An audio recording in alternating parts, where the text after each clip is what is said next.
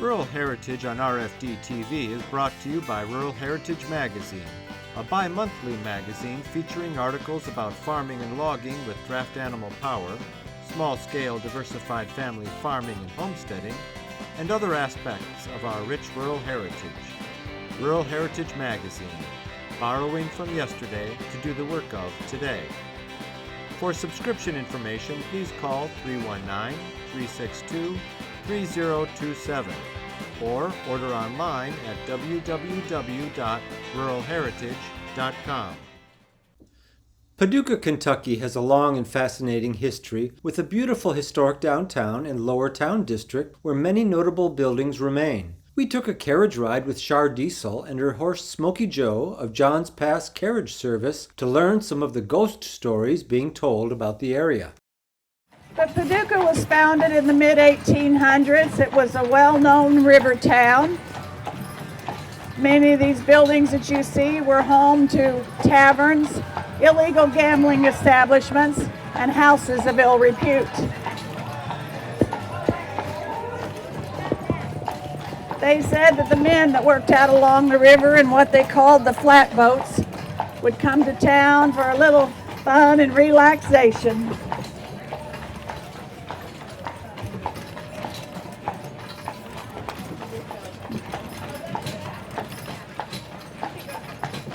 This beautiful building down here on my right with the green and white awning, that was a well-known brothel back in the day. Yeah, a brothel. You know what a brothel is? They said the ladies of the evening used to hang out of those second floor windows, calling out to the gentlemen that strolled up and down that sidewalk. Now, the police didn't like that activity, so they too patrolled that sidewalk. But when they did, the madam of the house, she used to lean out of that window and she would drop drops of her sweet perfume down onto the officers, and she would laugh because she knew when those officers got home at night, their wives were going to wonder just where they had been. Many people still report smelling that sweet, sweet perfume and hearing the laughter of a woman upstairs.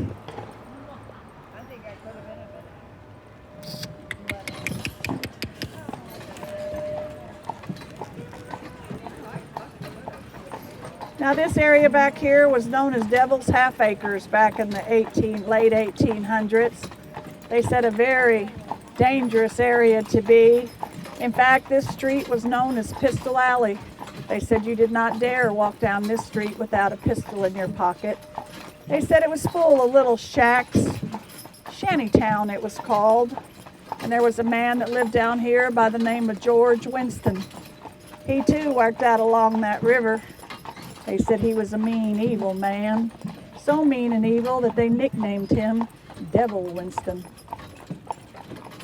They said that he spent more time in jail than he did working out along that river. And one weekend, after just being released, he went home to his then live-in girlfriend. Her name was Miss Vinnie. Miss Vinnie and old Devil Winston, they fought on many occasions, but this night it got so bad that he brutally, fatally stabbed poor Vinnie to death.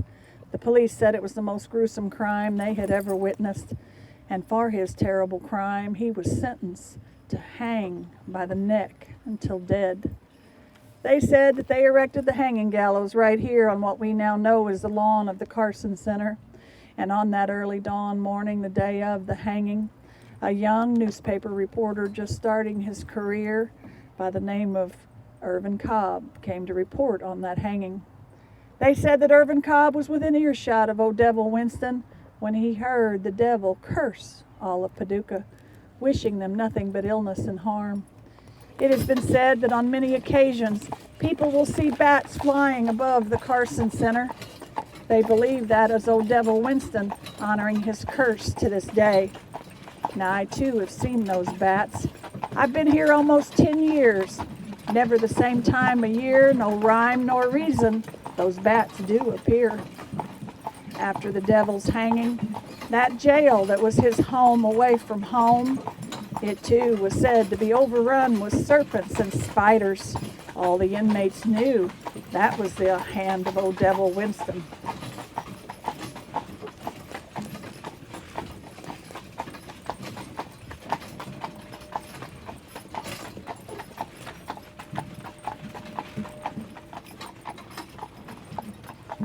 crazy smoke.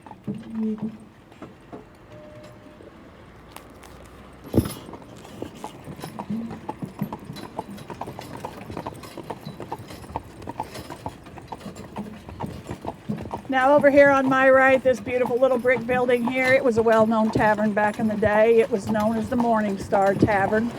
They said that the gentleman that owned that, his name was Leon.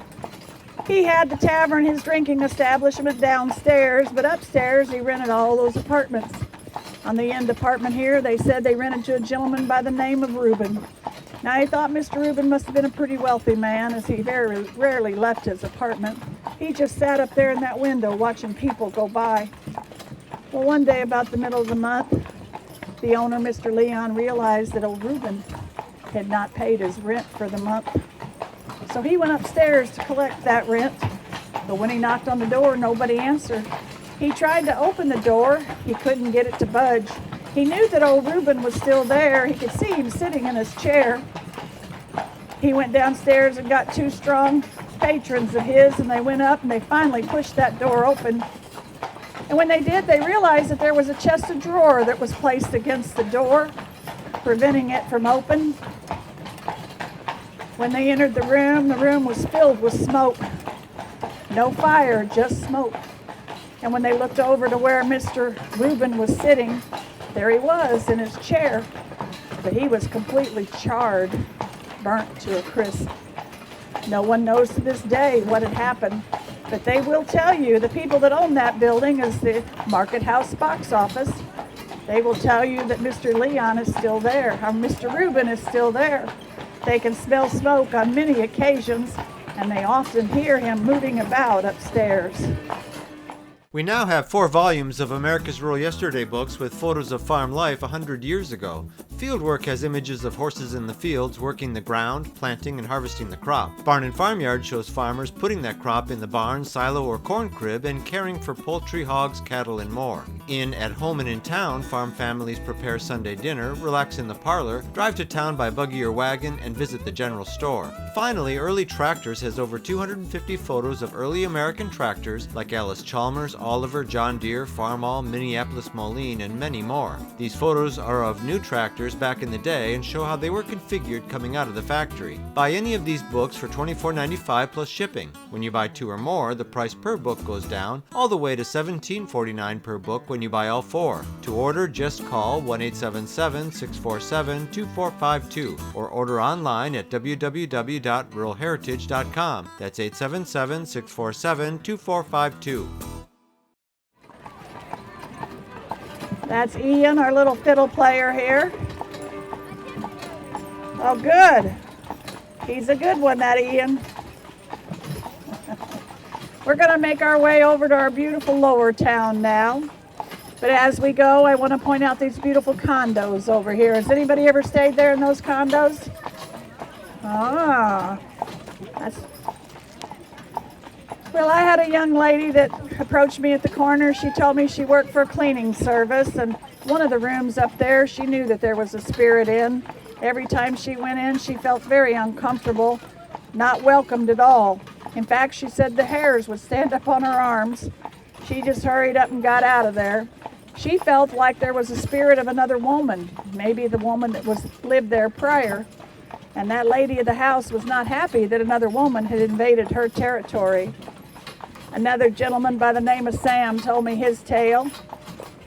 Now, Sam's a very wealthy man. He owns one of the barge companies out here along the river, and when he's traveling, that is where he stays, there in his condo. He said that he's been awakened in the middle of the night many times by what sounds like somebody running down his hallway. He said it sounds like they're running just as hard and fast as they can run, running down that hallway in heavy boots. And all of a sudden it just stops. Now, of course, Sam said it bothered him, but he too wanted to know what it was he was hearing. He did his research and he found that during the Great Civil War, the Battle of Paducah, it was well known that the Union soldiers had control of the city, and they chased those young Confederate soldiers where the young soldiers sought refuge in between the buildings. Mr. Sam believes that what he is hearing at night is that of a young Confederate soldier running for his life. running down that hallway, running in heavy boots, running as fast as he could run. And at the time that it stops is sadly when that young soldier lost his life. Now the real tragedy of that story is that young soldier, he's trapped in what they call his death state, reliving his death over and over again.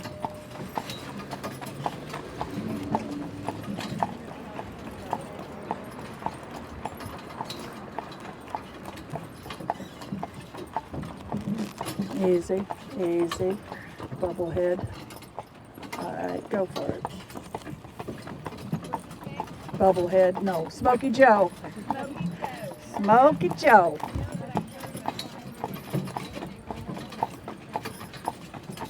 We are going to make our way over to Lower Town. Now, when the merchants first built their shops in downtown, of course, they lived upstairs on the 3rd floor above their stores. As they became wealthy and prospered, they built some beautiful homes here in Lower Town. So you'll get to see some lovely architecture and also hear the stories of the spirits that still remain. All of my stories are first-hand knowledge. Some you could actually Google and find on the internet. But all of mine came from, as they say, straight from the horse's mouth.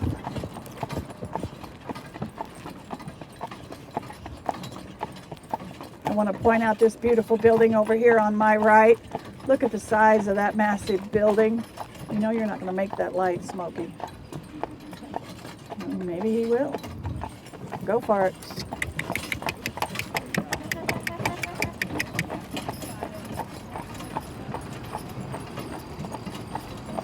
But this beautiful building was built in 1897.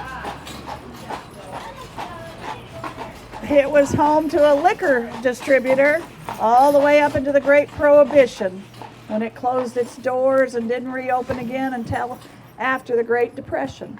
At that time, 2 gentlemen bought it that owned many furniture stores here in Paducah and other cities here in Kentucky. This was their main headquarters. They had all their shipments brought right here to this beautiful building. Today it's home to that lovely antique shop next door, and right here used to be the old Moonshine Distillery. Now, when the Moonshine Distillery was open, there was a young man that worked in there by the name of Adam. Young Adam, he was only about 22 years old, and he told me his story. He said he was working in here one night by himself. He was leaned up against the counter watching the TV across the way. He said when that front door opened and a man wearing a dark brown suit walked through the door. Now Adam said he greeted that man, but the man never responded. He just continued to walk on into that building, over to the stairs that led up to the 2nd floor. Now Adam said he hollered out at the man and said, "Sir, I'm sorry, you cannot go up those stairs." But that man continued on up those stairs. So Adam said he had to jump out from behind that counter, and up the stairs he went after that man. But when Adam reached the top of the stairs, all he saw was darkness. He said there was nobody there. Well, he said it scared him so bad that he ran right out of the building. He did not turn off the TV or lock the door. He ran on out to his car and he called his boss and he said, "I think I just saw a ghost." Well, she too had confirmed that yes, they had seen that man in that dark brown suit on many occasions. They believed that to be the previous owner of that old furniture warehouse, Mr. Buford himself, coming to work, going upstairs to check on his inventory.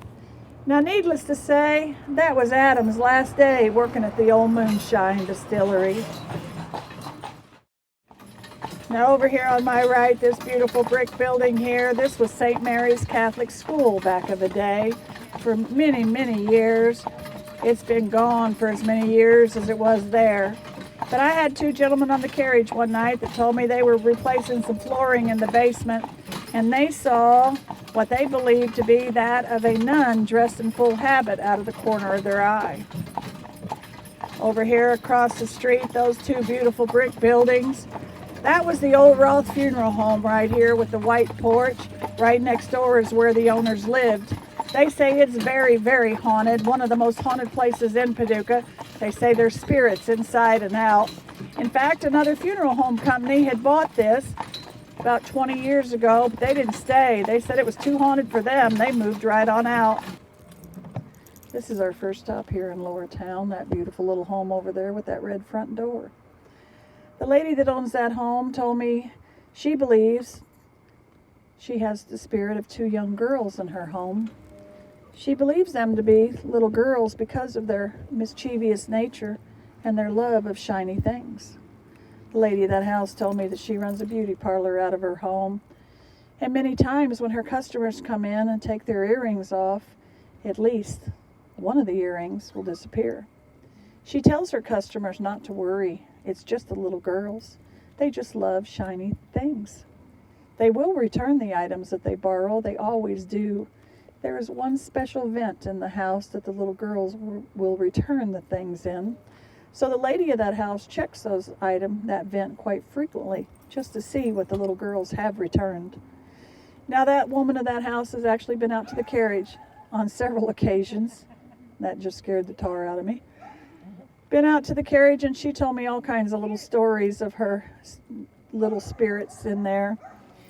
For example, one time she said she was making a pair of curtains in there, and she had bought 3 spools of red thread. When she finished the first spool and went for the second, she couldn't find the other 2 spools of thread. She knew her little girls had taken them. She even requested that the young girls return her thread so she could finish their curtains, but they never did. She had to go to the store and buy 2 more spools of thread. She said several months later, she was upstairs in one of the back bedrooms cleaning out an old dresser drawer. What do you think she found but those 2 spools of red thread? Now, the woman of the house did tell me that she wanted to know possibly where her little spirits may have come. So she did her research, but she never found any history of any children ever living in her home. She believes that possibly their little spirits may have come from that funeral home across the street. Hi, I'm Joe Mishka of Rural Heritage Magazine. I'm on location of one of the many events we cover that celebrates our rural heritage. If you enjoy our show, check out our magazine, where you'll learn more about the people that blend the past with what works today. You can save almost 20% off the newsstand price by subscribing at ruralheritage.com or chat with us at 877-647-2452. That's toll-free, 877-647-2452. We are now approaching one of my favorite houses here in Lower Town. My barn sits directly down 6th Street. I pass this lovely Victorian home over here every day on my way to the Carriage corner. About 6 years ago, I met the previous owner. A young gentleman by the name of the Colonel was his name. He gave me a tour of that beautiful home. He told me some of the history. He told me that the home was left to him by his dear friends, the Randalls. Mr. and Mrs. Randall was very active in the Civil War period. They loved that period of time. Mrs. Randall made all of their costuming for the reenactments that they did.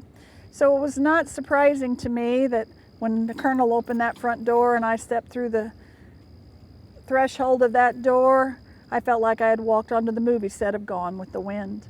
It was the most magnificent home I had ever seen.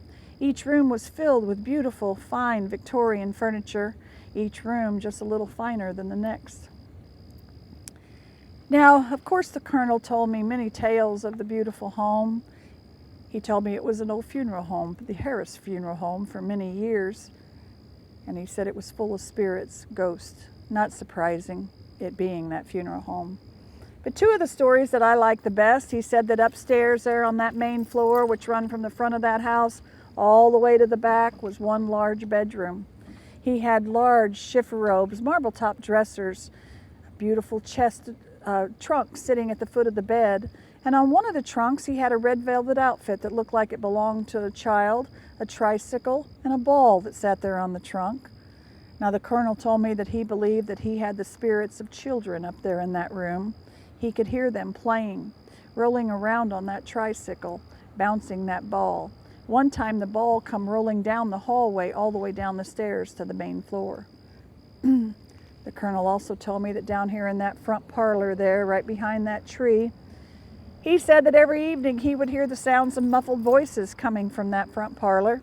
He believed that there was a family that was sitting down to dinner, having a conversation just as you and I would, but completely unaware of their passing, trapped in another dimension. And of course the Colonel told me that Miss Louise Randall's spirit was still there. I too could feel her presence. A beautiful ball gown that she was working on still hung on a mannequin there. The Colonel left everything exactly as the Randalls had left it, all of their personal belongings still in the home, and their clothing even hung in the closet. But unfortunately, the Colonel did not have the money, the means to maintain a home of this stature. It had become very run down, almost to the point of destruction. So his father convinced him to sell it to a gentleman from out east that said that he too was going to restore the home and maintain it and make it an antebellum style bed and breakfast in honor of Miss Louise Randall's name. But that gentleman was not a man of his word. What he did was he took all that beautiful furniture out east and he sold it. What he couldn't sell, he just threw away. He left it a vacant home once again. Fortunately, a young couple here in Paducah, the Winchesters, bought the home. They completely restored it. They took it right down to bare board and brought it back to its beautiful glory that it is today. Now, I told Miss Melinda I won't tell the ghost stories anymore, since it is a beautiful Airbnb. She said no worries. She had spirits of her own, stories of her own. She said that while they were working on that second floor, they had took that massive bedroom and divided it in half and made two beautiful suites up there. They had to redo the hardwood floor there in the hallway, and they were instructed to stay off of those floors for 2 days. But Miss Melinda had to go up there the next morning to the top of the stairs and just see how her hardwood was looking. When she looked down her hallway, what do you think she found? Little tiny footprints, looked like they belonged to a child running down that hallway 2 mornings in a row. Well, she had to know what it was that she was seeing and hearing, and she did her research and she found that the home was built in 1868 by the Fraser family.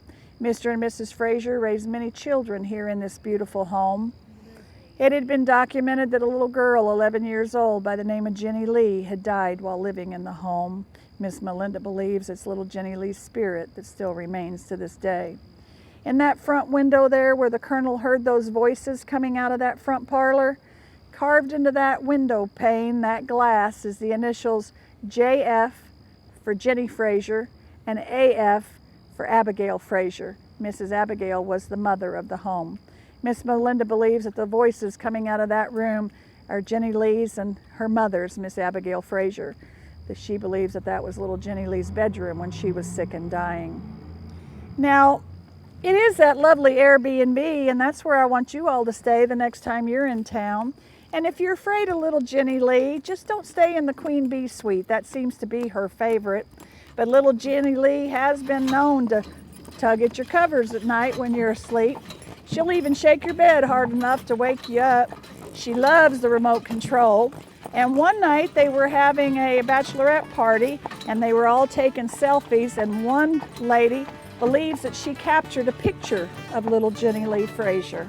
This program is available for purchase.